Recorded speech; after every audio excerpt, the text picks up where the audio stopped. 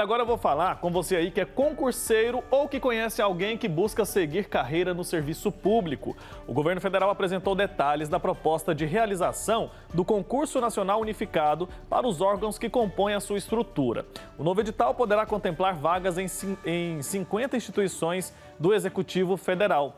Para entender melhor quais carreiras poderão ser autorizadas a participar e como isso deve funcionar na prática, eu vou conversar ao vivo agora com o Fabrício Duarte, que é advogado especialista em Direito Público. Ele está conectado aqui comigo. Doutor, bom dia. Seja muito bem-vindo aqui ao nosso programa. Bom dia, Wilker. Bom dia a todos os telespectadores. Doutor, essa medida aí, essa mudança, está sendo tratada como o Enem dos concursos públicos. Explica pra gente como que isso deve funcionar na prática. Tem sido feita essa comparação com o Enem, porque a ideia que o governo federal apresentou é de que todos os concursos do governo federal sejam unificados em uma mesma prova, assim como acontece com o Enem para a entrada nas universidades públicas. Então, ao invés de o candidato se inscrever e fazer diversas provas, cada um para um órgão da administração pública federal, ele faria uma única prova e poderia, com base na nota que ele obtém nessa prova, ser alocado em uma carreira específica à escolha dele.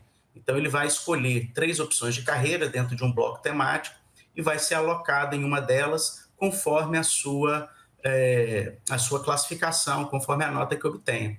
Daí a comparação com o Enem. Entendi. Então, mesmo sendo, às vezes, os candidatos ali disputando uma vaga em carreiras diferentes, vagas diferentes, áreas distintas, ele vai fazer a mesma prova, mas os pesos das matérias eles serão diferentes? É mais ou menos isso? O candidato ele vai se inscrever para um bloco temático. Esse bloco temático ele agrega carreiras que têm uma afinidade entre elas. Vai haver um primeiro momento de provas objetivas que são comuns, ou seja, a mesma prova para todas as carreiras, e um segundo momento de provas discursivas e objetivas específicas para a carreira em que ele se habilitou, ou as carreiras em que ele se habilitou. Então, são 2 provas, uma geral, que é aplicada a todos, com os conhecimentos que são exigíveis de qualquer cargo, e uma segunda prova mais específica para as carreiras, para o bloco temático que aquele candidato se habilitou. Então, com base, e ele na inscrição, ele vai indicar 3 carreiras, quais são as 3 carreiras em ordem de prioridade. Então, eu quero analista de regulação, analista fiscal, auditor do Ministério do Trabalho e uma terceira carreira. Então, essas 3 carreiras, se eu obtiver na nota para a primeira da sua opção, ele entra para aquela carreira. Talvez ele não tenha nota para aquela, mas tenha nota para a segunda opção, ele vai entrar para a segunda opção de carreira, e assim sucessivamente. Então, a ideia é de que ele possa ter mais de uma chance de ingressar em alguma carreira pública com uma única prova. Está explicado então, doutor. Qual a avaliação que o senhor faz com relação a essa mudança? O senhor acha que é positiva, é negativa? Como que os candidatos devem ser impactados? Eu acho positivo, porque para o candidato há uma redução de custo. Nós sabemos que a vida do concurseiro ela não é fácil. Muitas vezes a pessoa não está trabalhando, não tem uma renda alta, está se capacitando ainda para ingressar na administração pública. E aí ele vai diminuir o custo com inscrições, eventualmente com viagens para a realização das provas. Então, para ele, pessoalmente, eu vejo uma redução de custo. Para a administração, uma racionalização da atividade, porque eu consigo agregar numa mesma prova unificada diversos cargos, diversas carreiras, diversos órgãos, racionaliza a forma de seleção da administração pública e permite um maior nivelamento dos servidores.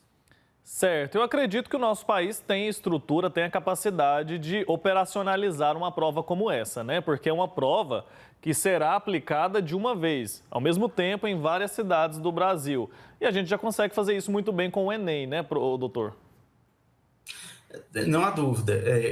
Por isso a inspiração do Enem, e é justa a comparação com chamar de Enem dos concursos públicos, porque o Brasil já tem essa expertise. Inclusive, a entidade que é organizadora do Enem, que é a Fundação Elis Teixeira, o INEP, está compondo os órgãos que vão organizar esse concurso nacional unificado. Então, o Brasil tem experiência no assunto. É claro que tem características diferentes, até porque o público é diferente, mas a base da experiência já está pronta. O Brasil já tem essa experiência. Então, eu acho que é possível, sim, e é benéfico para a racionalização dos recursos públicos. Certo. O Banco Central, por exemplo, já disse que não vai aderir dessa vez, pelo menos. os órgãos, as autarquias ali, elas têm a autonomia, então, de decidir se vão incorporar, vão fazer parte desse esse super concurso ou não, né, doutor? Exato. Não é uma adesão obrigatória. O governo não está obrigando que cada ministério ou cada órgão público faça adesão a esse modelo. Eles vão poder optar. Eles têm até agora, o dia 29 de setembro, para fazer a opção junto ao Ministério da Gestão e Inovação, que é quem coordena esse trabalho, a opção por participar, até o dia 29 de setembro. Depois, as outras etapas, a previsão é de que o edital seja lançado até o final de dezembro. Então, não é obrigatório, até porque existem carreiras que têm, às vezes, detalhes muito específicos e que não seria prudente incluir, pelo menos nesse primeiro momento, esses cargos dentro desse concurso. Então, mas eu acredito que com o futuro, se a experiência de fato se provar exitosa, é bem provável de que outros órgãos venham a aderir nas próximas edições. Tá, só para a gente entender, quem vai encabeçar a organização é o Ministério da Gestão? Isso, existe hoje o Ministério da Gestão dentro do governo federal, ele que está responsável por fazer a coordenação geral dessa atividade, junto com outros órgãos, como eu disse, o INEP está participando, a AGU, que é a Advocacia Geral da União, também participa, a Escola Nacional de Administração Pública, que é uma escola de preparação de servidores públicos, também integra esse consórcio formado para organizar o concurso, mas prioritariamente a ideia parte do Ministério da Gestão. Tá certo. E os concurseiros, o pessoal que está estudando ali, eles já podem conferir o cronograma, porque a princípio essa prova seria aplicada em fevereiro, mas essa data foi revista. Como que está isso nesse momento?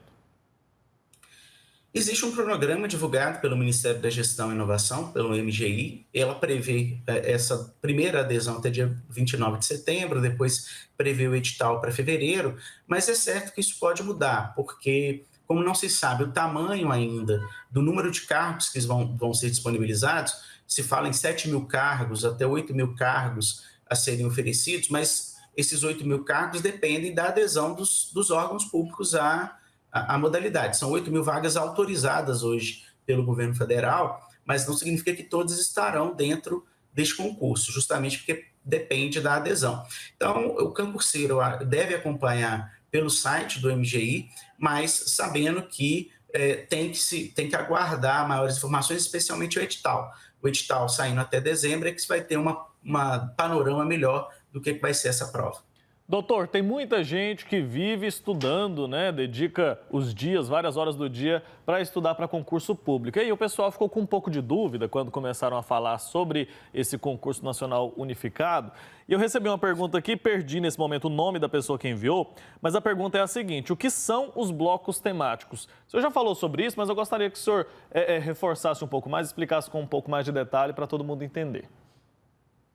Os blocos temáticos é uma agregação de diversas carreiras. Por exemplo, você pega o bloco temático da agricultura e desenvolvimento social.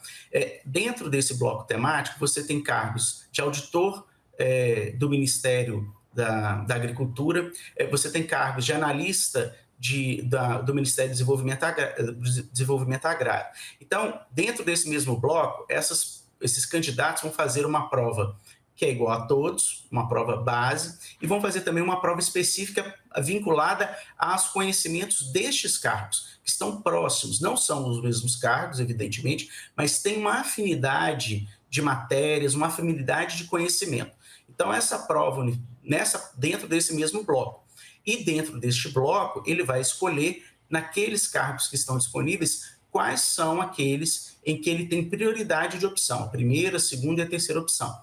Então, o bloco temático permite ao candidato estudar, claro, as matérias que são comuns a todos, ele tem que estudar independentemente do bloco. Mas dentro do bloco, certamente o edital trará as matérias específicas daqueles cargos. Então, ele vai precisar estudar aquelas matérias para aquelas provas. Então, apesar de ter 8 mil vagas, o candidato não concorre a todas as 8 mil. Ele concorre àquelas que estão dentro do bloco e que são vinculadas às carreiras que estão atreladas ao bloco. O bloco é maior e dentro do bloco existem as carreiras, com cada uma com sua vaga. E as provas são provas de temas que são próximos entre essas carreiras que têm afinidade de conhecimento. Tá certo. Agora, para finalizar, gostaria que o senhor desse ali as dicas para quem pretende participar desse concurso nacional unificado, já que algumas adaptações terão que ser feitas pelos concurseiros. Qual orientação o senhor pode dar nesse momento para quem nos acompanha e pretende participar? A orientação para qualquer concurseiro é sempre, primeiro, estar atento às datas de prova para que ele possa fazer uma preparação antecipada. Não adianta aguardar a publicação do edital, porque a gente sabe que hoje muitas pessoas, como você disse, se dedicam a estudar e vão aguardando que os editais saiam. Então, ele tem que começar a manter esse acompanhamento diário para poder se preparar para aquela prova. Publicado o edital, especialmente esse edital, que vai ser bastante diferente daquele que é o costume, analisar quais são as matérias que vão ser cobradas para o grupo temático que ele se inscrever. Talvez existam matérias que ele não esteja estudando, que ele não esperava essa unificação. Então, eu acho que a partir da publicação do edital, ele tem que focar naquelas matérias que estão descritas, que vão ser as questões que vão ser formuladas. Então, porque todo edital traz, olha, para o cargo de analista de desenvolvimento social, as questões vão ser formuladas com base nesse conteúdo. Esse conteúdo, ele tem que estar muito atento neste edital, porque vai envolver matérias que, eventualmente, ele não vem acompanhando.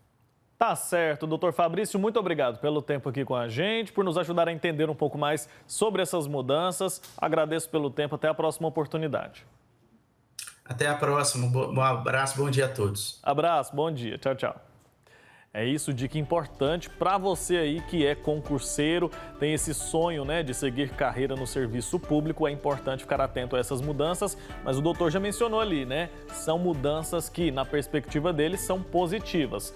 Acho que nosso país tem sim a capacidade de operacionalizar essa prova aí, facilitar, né, a vida dos concurseiros. Acho que vai dar uma simplificada. Vamos ver como é que isso vai ser na prática.